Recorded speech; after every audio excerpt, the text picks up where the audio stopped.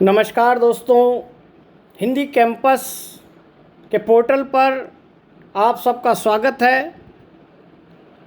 ये पोर्टल जो NVS, KVS, DSSS में हिंदी विषय की तैयारी के लिए आपके लिए विशेष रूप से तैयार किया गया है। मैं डॉक्टर दीनदयाल आज फिर अपनी इस पोर्टल की तीसरे दिन की कक्षा में आपके सामने हूँ। आज ये तीसरे दिन के हमारे पास से आपके लिए 10 प्रश्न आ रहे हैं जो आपको सभी प्रकार की परीक्षाओं में सहायता कराएंगे, जिससे आप किसी भी एग्ज़ाम में कभी भी आसानी से आगे बढ़ सकते हैं। और इन प्रश्नों में, जैसा कि आप विगत कक्षाओं में जुड़े हुए हैं, तो आप देख रहे हैं कि साहित्य और व्याकरण संबंधी प्रश्न आपकी समस्याओं के समाधान के लिए होते हैं। और इस प्रश्नावली में क्या के उत्तर के द्वारा ही संतुष्ट नहीं किया जाता है, क्यों ये उत्तर है ये भी बताया जाता है। इसी दृष्टिकोण से मैं चाहता हूँ आप पढ़ें और आगे पढ़ाएं, एक अच्छे टीचर के रूप में आप बने। आइए, पहला प्रश्न ये आपके सामने दिया जा रहा है जो शब्दावली संबंधी है। और प्रश्न इसमें यह है कि जो सुई शब्द है उसका तत्सम रूप क्या है। तो तत्सम और तद्भव, देशज और विदेशज और संकर, ये 5 प्रकार के शब्द हम देखते सुनते आए हैं। तो तत्सम शब्द क्या होते हैं, तो ये आपने पढ़े होंगे, वे शब्द जो संस्कृत से सीधे हिंदी में हमने ले लिए, जिनमें कोई परिवर्तन नहीं किया। और तद्भव वे शब्द हैं जिनमें किसी प्रकार का परिवर्तन किया है। अगर मेरा प्रश्न ये है कि सुई शब्द में का तत्सम शब्द क्या है, उसका तत्सम रूप क्या है, तो मैं ये मान के चल रहा हूँ ये तद्भव है, बदला हुआ रूप है। तो इसका तत्सम रूप क्या होगा। इसमें 4 प्रश्न हैं, 4 उत्तर हैं, विकल्प हैं। आप देख रहे हैं कि क्या आंसर होना चाहिए।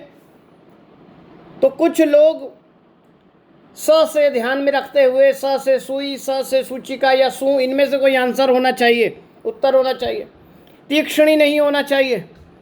लेकिन कुछ लोग ये सोचते हैं कि नहीं, सब स वाले वर्ण के मिलाप से जाएंगे, ये आंसर तो बिल्कुल नहीं होगा, उत्तर तीक्ष्णी होगा। तीक्ष्ण मतलब बहुत चुभने वाली, तो सुई ही होती है, तो इसका मतलब यही आंसर होगा। लेकिन जिसने ये आंसर लगाया उसका आंसर हो जाएगा गलत। अगर ये बात करते हैं कि इसका कोई तत्सम रूप नहीं है, इसका तत्सम रूप नहीं है, तो कैसे पता लगेगा क्या इसका तत्सम रूप है या नहीं है। तो तत्सम से तद्भव बनते हैं, लेकिन हर तत्सम का तद्भव नहीं होता है, ध्यान रखिए। लेकिन हर तद्भव का तत्सम होगा। इसका मतलब इसका तत्सम रूप नहीं है का मतलब, तत्सम रूप तो तद्भव का होता है। तो इसका मतलब ये जो स्टेटमेंट है ये भी अपने आप में कैसी हो गई, गलत। अब उत्तर की ओर चलते हैं। क्या इसका आंसर सु है, तो इसका आंसर सु भी नहीं है, ऐसा कोई वर्ड नहीं होता है। इसका सही उत्तर क्या है, सूचिका। ठीक है। तो इस प्रकार तत्सम और तद्भव की क्या पहचान होती है, कैसे उसके उत्तर की ओर जाया जा सकता है, ये हमें जानना होगा। क्लियर हुई यहाँ तक बात। ये पहला प्रश्न आपके लिए मैंने रखा था, शब्दावली संबंधी तत्सम और तद्भव के अंतर को पहचानने की ताकत आपको दी जाएगी। उसके कुछ खास पहचान हैं, उसके भी कुछ रूल हैं। ये नहीं कि रट्टा मार लें आप, हस्त से हाथ, अग्नि से आग, ऐसे नहीं बनाना है। आइए एक नेक्स्ट प्रश्न की ओर चलते हैं। दूसरा प्रश्न मैंने आपके लिए दिया है, समास संबंधी सिरदर्द शब्द में कौन सा समास है।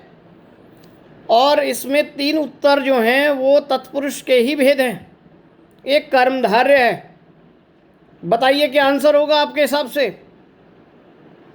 तो आप क्या देखते हैं, सबसे पहले आपको उत्तर लगाने पड़ेंगे।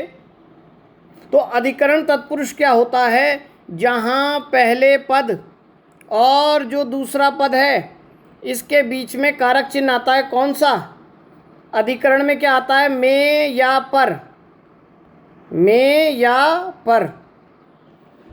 तो सिरदर्द में क्या ये समास है, इसका विग्रह कर दूं सिर में दर्द,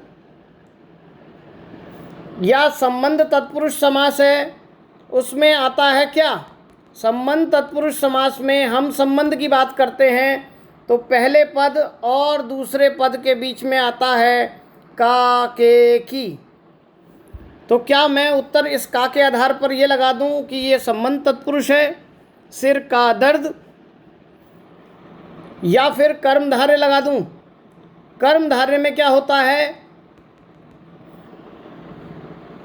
एक विशेषता बताई जा रही होती है पद में। जैसे नील गाय, नीली है जो गाय, गाय की विशेषता थी, तो क्या यहाँ दर्द की विशेषता सिर है? ऐसा नहीं है, इसलिए कर्मधारय तो इसका आंसर बिल्कुल भी नहीं है। संप्रदान में क्या लगता है, एक पद और दूसरे पद के बीच में के लिए लगता है, के लिए, यानी सिर के लिए दर्द, क्या ये इसका विग्रह होगा? तो विग्रह से आप अर्थ को समझेंगे।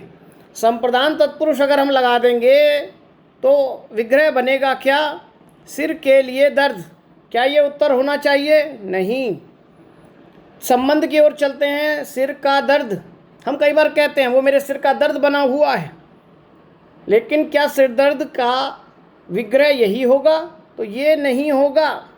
उत्तर क्या है, अधिकरण तत्पुरुष, क्योंकि आपके सिर में दर्द होता है, इसलिए सही उत्तर क्या है, अधिकरण तत्पुरुष समास। ठीक है, चलिए नेक्स्ट क्वेश्चन की ओर चलते हैं।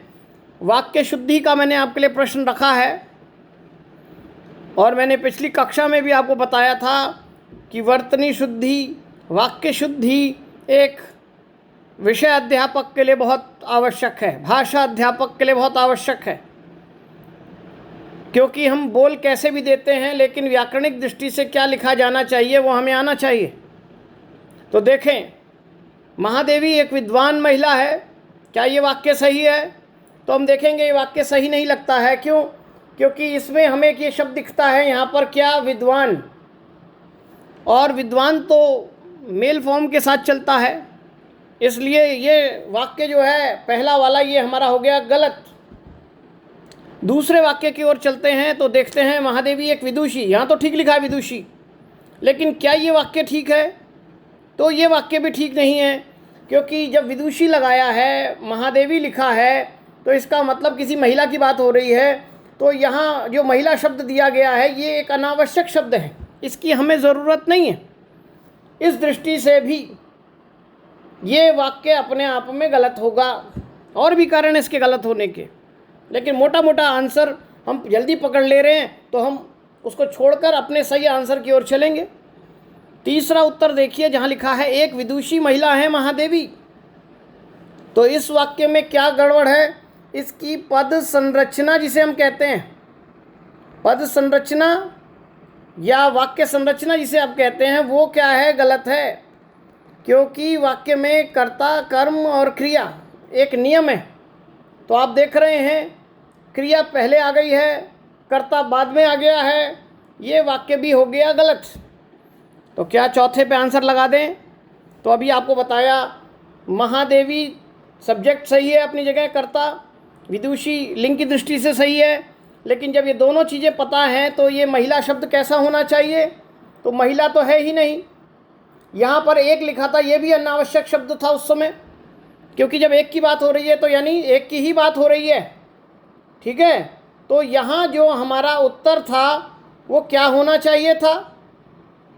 तो हमारा उत्तर ये चौथा वाला जो है ये भी क्या है, अपने आप में गलत है। यानी ये एक ऐसा मैंने प्रश्न दिया था आपको कि आप इसमें तुक्के लगाएं, तो बच्चा अधिकतर तुक्के ही लगाता है, ये गलत और ये गलत और फिर ये गलत, ये तो एक बच गया, ये ठीक होगा। ये चारों के चारों उत्तर गलत हैं। इसका आंसर क्या होना चाहिए था? सिर्फ ये लिखा होना चाहिए था महादेवी विदुषी हैं, बस। महिला की ज़रूरत नहीं है, क्योंकि महादेवी और विदुषी से ही लिंग का भान हो रहा है, अनावश्यक शब्द नहीं लगने हैं। ठीक है, समझ आई बात? तो ये तीसरा प्रश्न बहुत इम्पॉर्टेंट था वाक्य शुद्धि के लिए। चलें चौथे प्रश्न की ओर। ये भी व्याकरण का मैंने आपके लिए दिया है। आप सोच रहे हैं साहित्य के प्रश्न नहीं आ रहे, आएंगे, बिल्कुल आएंगे, इंतज़ार करें। लेकिन उससे पहले एक बात और कि आपको अगर ये वीडियो अच्छा लग रहा है, प्रश्न अच्छे लग रहे हैं, मेरे समझाने की विधि अच्छी लग रही है और आप चाहते हैं कि ये प्रश्न लगातार आपके पास आते रहें, इसी तरह आपकी तैयारी होती रहे, हमारा यही उद्देश्य है, तो इसलिए जो लोग ये वीडियो देख रहे हैं वो सब्सक्राइब कर सकते हैं और विशेष रूप से कुछ जानना है तो कमेंट भी कर सकते हैं। और यहाँ तक कि जो नंबर दिया है उस पर फ़ोन कर भी निःशुल्क आप बात कर सकते हैं। कोई यहाँ आपके लिए फ़ीस का व्यवधान नहीं है। हमारा उद्देश्य ये है कि पढ़ेगा इंडिया तो बढ़ेगा इंडिया, ये हमारा मकसद है और हिंदी की सेवा में हम लगे हुए हैं। हिंदी को राजभाषा से आगे राष्ट्रभाषा बनाने के मुहिम में भी हैं।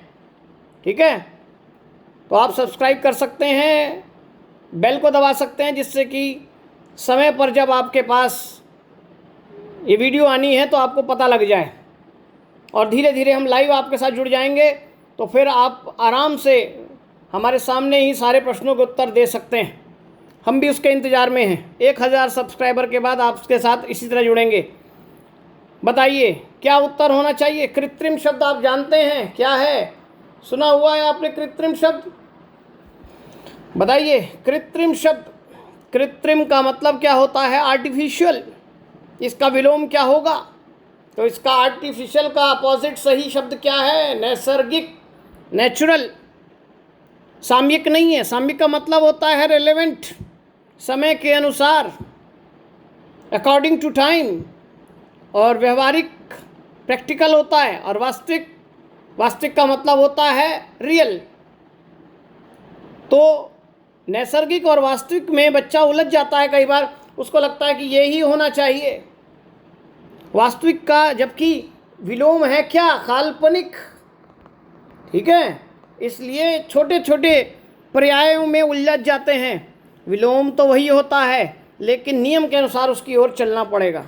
ठीक है, तो वास्तविक उत्तर नहीं होगा, क्या होगा? नैसर्गिक उत्तर होगा इसका। अब आइए बात करते हैं, नेक्स्ट प्रश्न की ओर चलते हैं।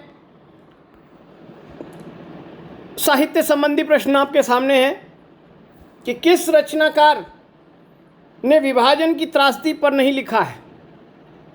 आप जानते हैं विभिन्न साहित्यकार हैं जिन्होंने आज़ादी के समय जो विभाजन का दर्द सबने भोगा है उसके स्वानुभूत अनुभव को वर्णित किया है।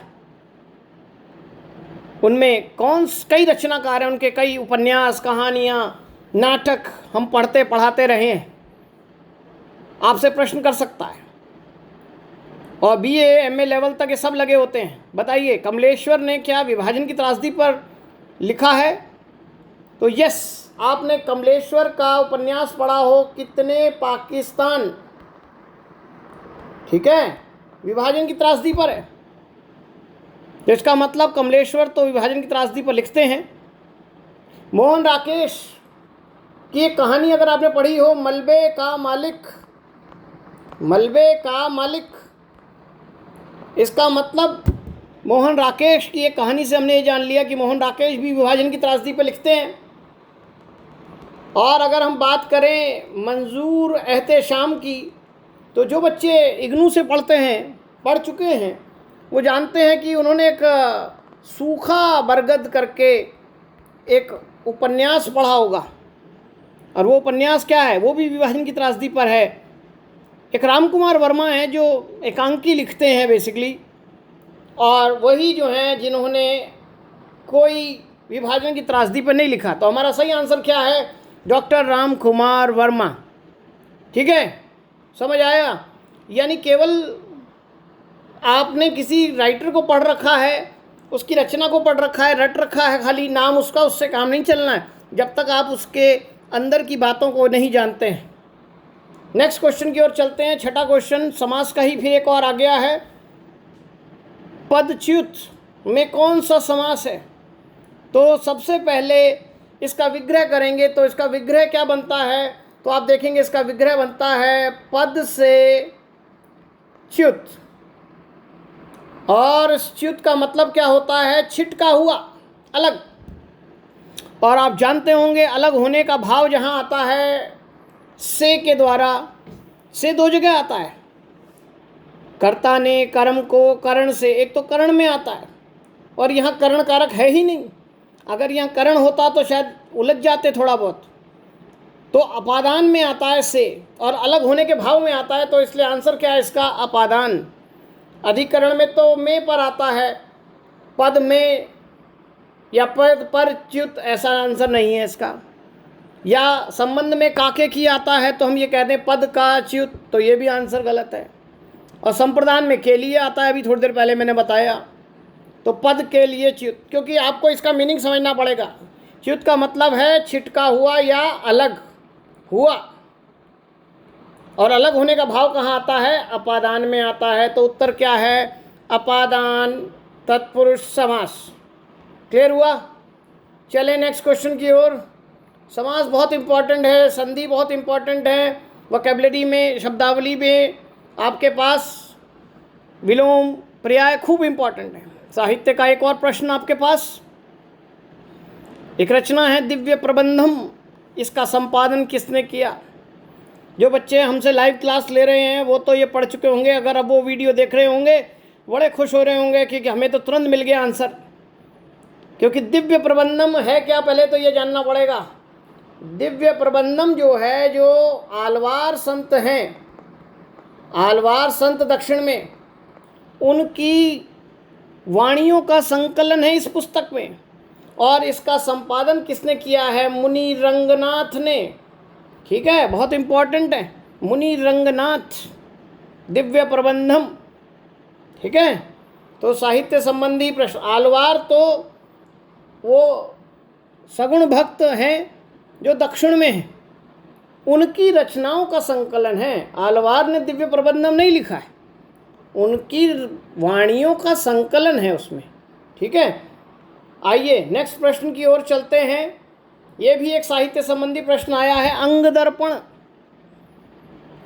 और दर्पण वाले नाम की बहुत सारी रचनाएं आती हैं।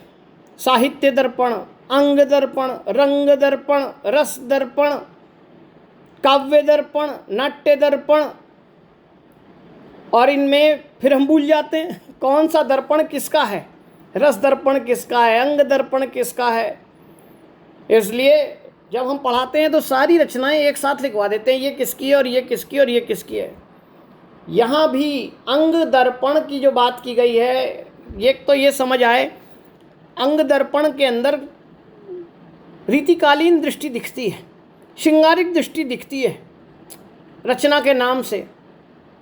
तो क्या रसखान ने श्रृंगारिक काव्य लिखा है? तो नहीं, तो रसखान इसका आंसर नहीं होगा, बड़े आराम से हम सोच सकते हैं। और रीतिकालीन अगर लिखने वाले हैं तो रसलीन है।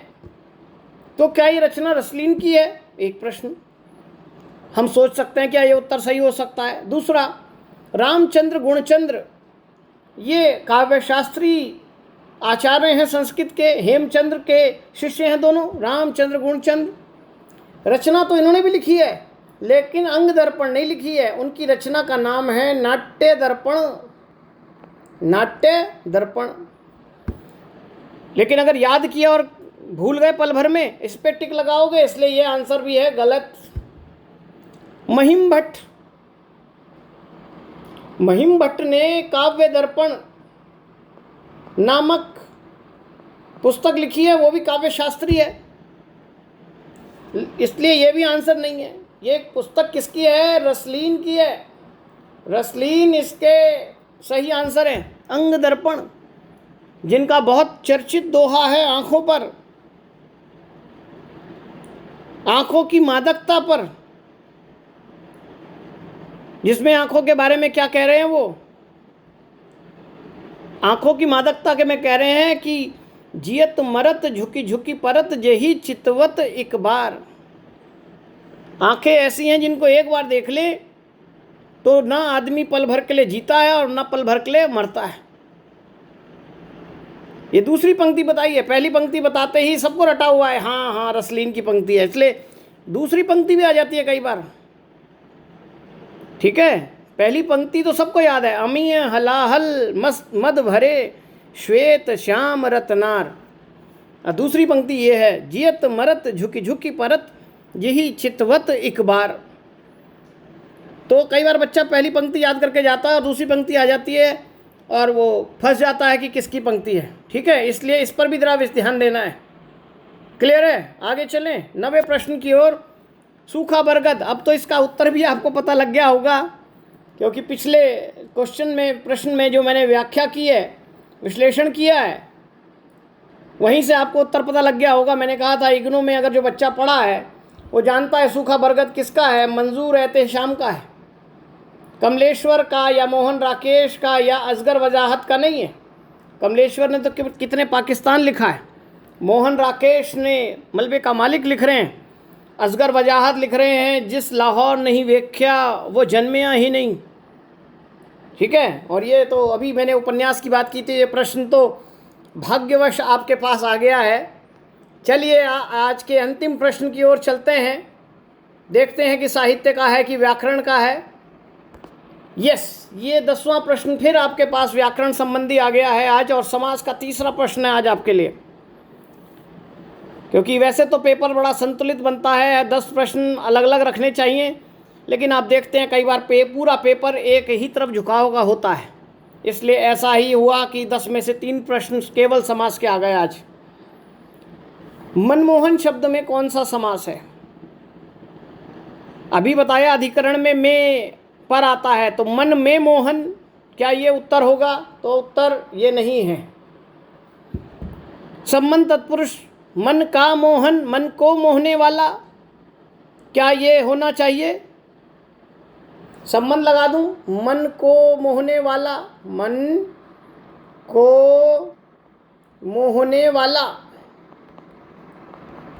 का के की को संबंध की बात कर दे गया, काके की, तो ये काके की वाला कॉन्सेप्ट नहीं है, तो संबंध तो है ही नहीं।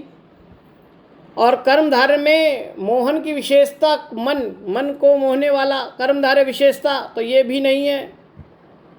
तब मान लें कि बहुब्रीहि समास है, क्योंकि एक ही बच गया उत्तर, या इसे भी समझें कि ये बहुब्रीहि है भी कि नहीं है, बोलो।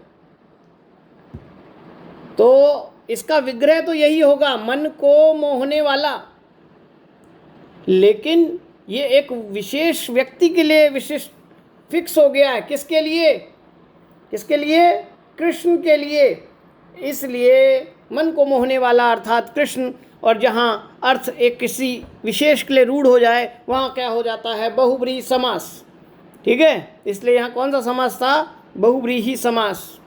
आज के प्रश्नों में आपकी व्याकरण की ज़्यादा अच्छी सी परीक्षा हुई है, और आपको ऐसे नहीं जान देंगे। आज हमने ट्रेंड थोड़ा बदल दिया और आपके लिए एक होमवर्क दे रहे हैं, और होमवर्क में ये प्रश्न आपके पास है। समास आज आपने कई पढ़े, तो चौथा प्रश्न जो है आपका होमवर्क का है ये प्रश्न, इसलिए इसका कोई नंबर नहीं दिया है मैंने, शब्द दिया है मैंने आपको। दृष्टिहीन में कौन सा समास है? ऑप्शन है अधिकरण तत्पुरुष, अपादान तत्पुरुष, संबंध तत्पुरुष, या इनमें से कोई नहीं। ठीक है, इसका उत्तर आप ढूंढ लीजिए कहीं पर भी, किताबों में, गूगल पर, आपके पास छूट है। आजकल ओपन बुक एग्ज़ाम चल रहे हैं, तुम्हारे लिए भी ओपन बुक एग्ज़ाम है। कल जब इस वीडियो को आप देख लें, इस उत्तर को देख लें, तो जब मैं इसका उत्तर बताऊं तो आप देख लें कि आप समझ लें कि आपने बिल्कुल सही उत्तर सोचा था या नहीं। ठीक है, और इस प्रकार हम जो है कल जब मिलेंगे चौथी कक्षा में, तब इस उत्तर से आगे 10 प्रश्न और लेकर आपके पास आएंगे। ठीक है, तब तक एक बार फिर से आपसे अनुरोध है कि जिसने इसको सब्सक्राइब नहीं किया वो सब्सक्राइब कर दें, और जिसने कुछ कमेंट डालना है, कोई प्रश्न है, कोई जिज्ञासा है, वो कमेंट भी लिख दे और लाइक भी कर दें। ठीक है, वीडियो को देखने के लिए आपका बहुत बहुत धन्यवाद। शुभ रात्रि। कल फिर मुलाकात होगी हिंदी कैंपस में मेरे साथ, डॉक्टर दीनदयाल।